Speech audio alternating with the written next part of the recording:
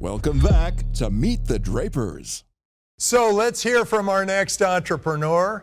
This is Chimera XR, and we're going to hear from Taylor. And Taylor, you're going to give us a pitch, but before you do... Welcome, you look fabulous there in Mississippi, and we need to pump up some energy around here. So here's your first instruction. Let's see you dance it up right now. Show us your best dance move. Go! Go for it. Come on. Oh, very good. Perfect. Woo! Whoa. That's what I'm Whoa. talking about. Taylor, you rose to the occasion. Very good. I'm ready. Okay, so Taylor, give us the pitch. What's Chimera XR? Thank you so much for your time and for having me on. I'm Taylor. I'm the CEO of Chimera XR, and we help law enforcement train anywhere, anytime using virtual reality. So we've all seen law enforcement recently come under increasing scrutiny for public use of force. Law enforcement typically trains these kinds of use of force incidents using simulation. However, simulation hasn't evolved in 25 years. So what we're trying to do is use virtual reality as a means to train some of these high-risk scenarios and help law enforcement access training anywhere they need it, anytime. Our hardware is the same as the firearms and use of force tools that they use on the job day to day, and our system is the easiest to use and the quickest to set up, with only 2 minutes required to get up and running, which is the first in the simulation industry. Our software is built for high-stress scenario training and has the most realistic ballistics in the industry, and we're priding ourselves on that because most law enforcement engagements happen around vehicles, 80% or more. And that means that we need to train with the real thing as much as possible. So we've built our vehicle ballistics and our structural ballistics to match reality. We saw the VR headsets and then we saw guns in their hands. Is that a part of your product? And they work together, and does the gun have a kick to it? Yes, we have recoiling and non-recoiling options depending on what our clients prefer.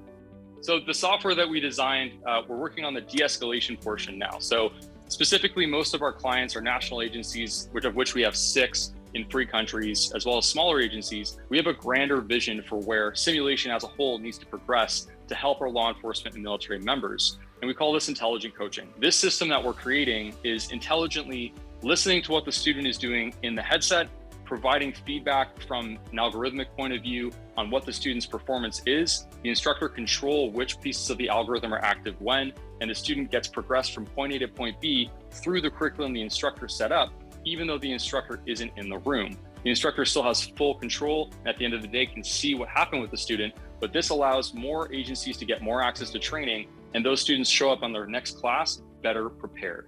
Terrific. Are you law enforcement or military? Military, 15 years. And what made you decide this is the thing you needed to do? So in my last full-time job in the military, I just retired.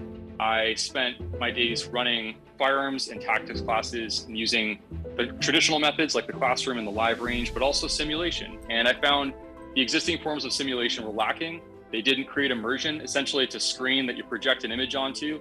And law enforcement have the hardest job, the least resources, the least people. And so I saw this opportunity where simulation could fill that gap and give better access to technology, but not with the existing tech stack. So I looked and saw VR in 2017 is just starting to take off. And so I started to explore and do R&D, and 3 years later found product market fit. And how do you make money, and who's your customer?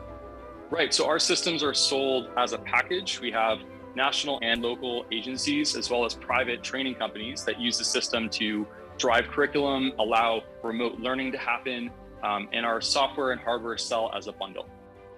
How much do you sell it for? $20,000 is the base price at a margin of 86%. And who are you selling it to? We sell direct to police departments, as well as military agencies, and on occasion to certain training institutions as well. And statistically, has it been around enough for you to know if it's had success? That's definitely a very hard thing to measure, and we're still early. So I can't say we've measured that. I think the main thing, and no company in the industry can say they've measured that to my knowledge. So the main thing that we can say is we've increased the access to training for law enforcement members, and that's the critical goal. How many have you sold? So to date, we've sold 15 units to 12 agencies. What's that in revenues? 235,000. And how long have you been in business? We've been in business just over a year. We launched in February with a pre-seed round kicking it off, and we're currently raising a seed round as well. What rank were you in the military? I was a sergeant in the infantry, and then I transitioned to an intelligence role and actually dropped down a couple ranks to do that, to try something new just on my way out. So I actually ended as a corporal technically. Taylor, thank you for your 15 years of service. And it seems like that's a long period of time that you've been in that. And now you're entering Silicon Valley and you're here with a group of extraordinary entrepreneurs. Aside from the entrepreneurs in this room, who do you model and why? So there's a gentleman named Dan Martell who I learned from a couple times through some accelerators in our area, in Toronto area. There's an accelerator called 1855 Whitby. It's a wonderful institution started by some excellent folks in that area. Dan Martell being a SaaS expert, a software as a service expert, he guided me and coached me in the early stages of discovering how to do this business. I'm still learning a lot, and I'm definitely looking forward to making new connections. I've never experienced any of Silicon Valley, so I'm excited to meet and learn about what else is out there too.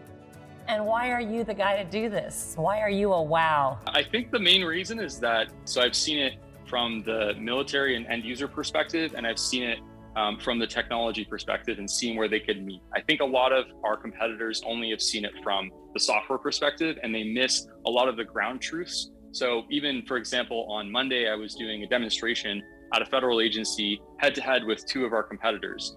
And some of the feedback I got from that agency was that we have the strongest connection to what the end user use case is, and we speak more directly to what they need. How does your price compare to your competitors? We are the least costly option on the market. We have the simplest hardware. A lot of our competitors require computers and cameras to run the tracking in the system. We don't. We use an inside-out tracked headset, the Oculus Quest 2. So our price point at $20,000 is less than all of our competitors. So they're using VR, and do they also have their own weapons for the VR experience? They do. However, they typically don't have the ability to reload those weapons. The weapons don't have full functionality. They focused on the software and not the hardware, for example. Is it primarily just guns? You'll forgive me. Is it like, what other weapons? Like, so we have the taser.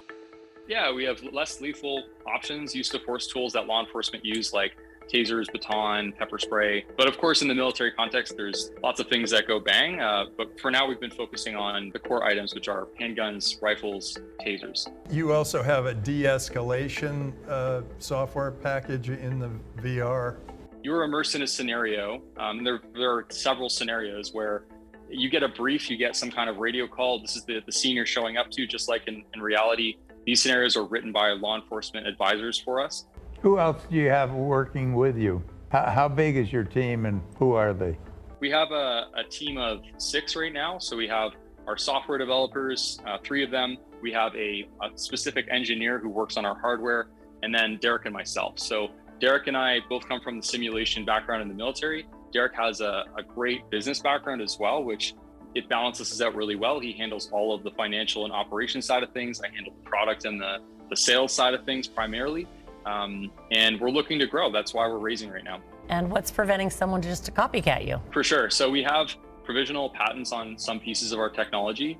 And the main thing that's the blocker for anyone to try to copy us is that it's a lot of very specialized work and expert knowledge that's required. Taylor, thank you so much for being on Meet the Drapers. I'll give you a high five.